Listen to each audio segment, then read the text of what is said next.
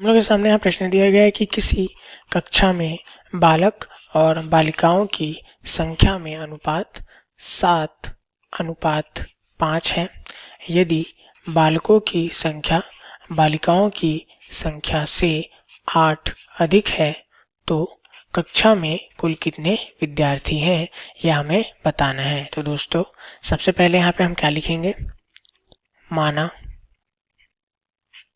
माना बालकों की संख्या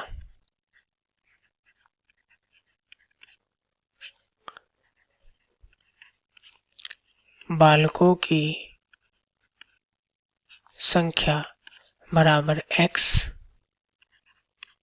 तथा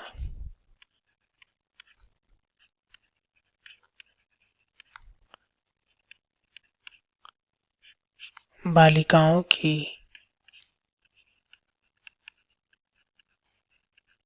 संख्या बराबर y है, ये हमने मान लिया। चूंकि यहाँ पे दोस्तों बोला गया है कि बालक और बालिकाओं की संख्याओं में अनुपात 7:5 है, तब हम क्या लिख सकते हैं, प्रश्नानुसार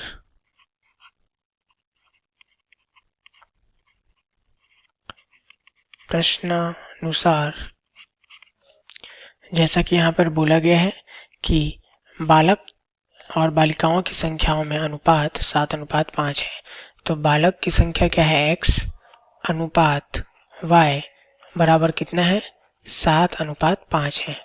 बालक की संख्या तथा बालिकाओं की संख्या का अनुपात कितना हो गया, 7:5 हो गया, चूंकि x और y को हमने बालक तथा बालिकाओं की संख्या माना था। तो इस प्रकार हम लिख सकते हैं, इसलिए x बटे y बराबर क्या हो जाएगा, 7/5 हो जाएगा। ऐसा हम लिख सकते हैं दोस्तों। इसे हम दे देंगे समीकरण पहला।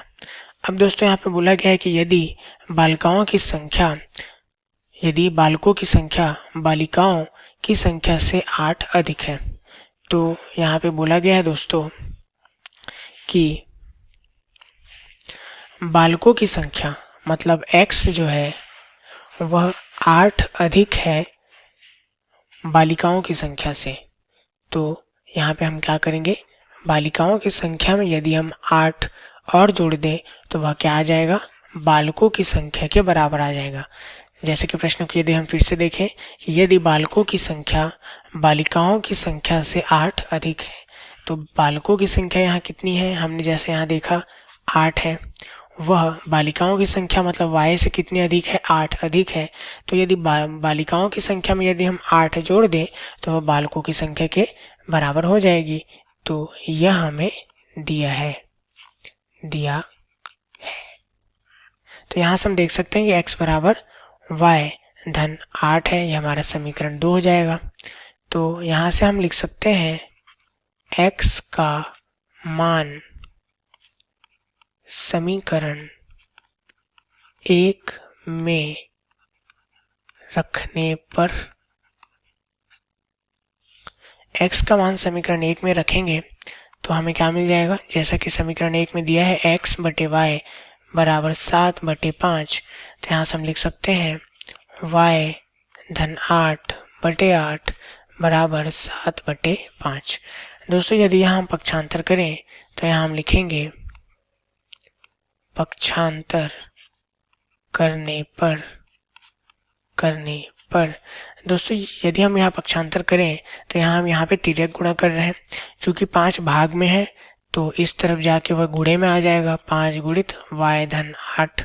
इसी प्रकार यहाँ y भाग में है तो दूसरी तरफ जाकर यह गुणे में आ जाएगा, तो यह हो जाएगा 7 गुणित y। दोस्तों यहाँ हम कोष्ठक को यदि खोलें तो हमें क्या मिल जाएगा, 5 गुणित y 5y धन 5 गुणित 8, तो 8 पंचे 40 बराबर 7 गुणित y 7y हो जाएगा। यहाँ यदि हम पुनः पक्षांतर करें तो हमें क्या मिल जाएगा, हमें मिल जाएगा 40 बराबर 7y।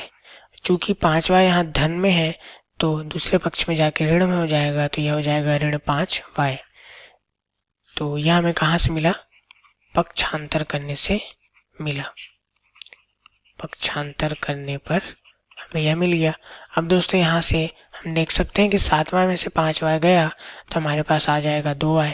अब दोस्तों यहाँ यदि हम पुनः पक्षांतर करेंगे तो जो 2y के साथ गुणे में है वह दूसरे पक्ष में जाके भाग में हो जाएगा बराबर y।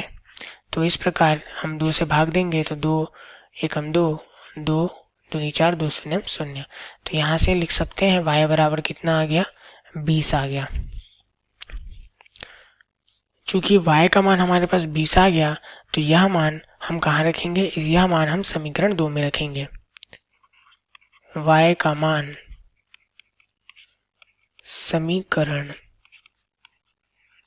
2 में रखने पर, दोस्तों हमने समीकरण 2 क्या लिया था, समीकरण 2 हमने लिया था x बराबर y धन 8। तो यहाँ से यदि हम y का मान रखें तो x बराबर हमें क्या मिल जाएगा, 20 धन 8, मतलब x का मान हमें 28 मिल गया। यहाँ से हमें x और y दोनों के मान ज्ञात हो चुके हैं। जैसा कि प्रश्न में हमें बोला गया था कि कक्षा में कुल कितने विद्यार्थी यह हमें बताना है। तो यहाँ से हम लिख सकते हैं कुल विद्यार्थियों की संख्या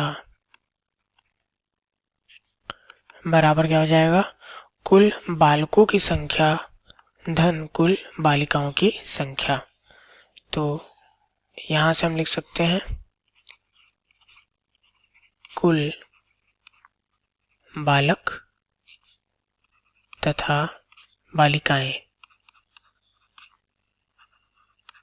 यह हमारे कुल विद्यार्थी के बराबर हो जाएंगे। तो यहाँ से दोस्तों यदि हम x का मान रखें तो वह 28 है तथा y का मान रखें तो यह 20 है। 28 और 20 को यदि हम जोड़ें तो 8 और 0 8 हो जाएगा, 2 और 2 4, 48। तो कुल संख्या हमारे पास 48 मिल गया है। तो कुल विद्यार्थी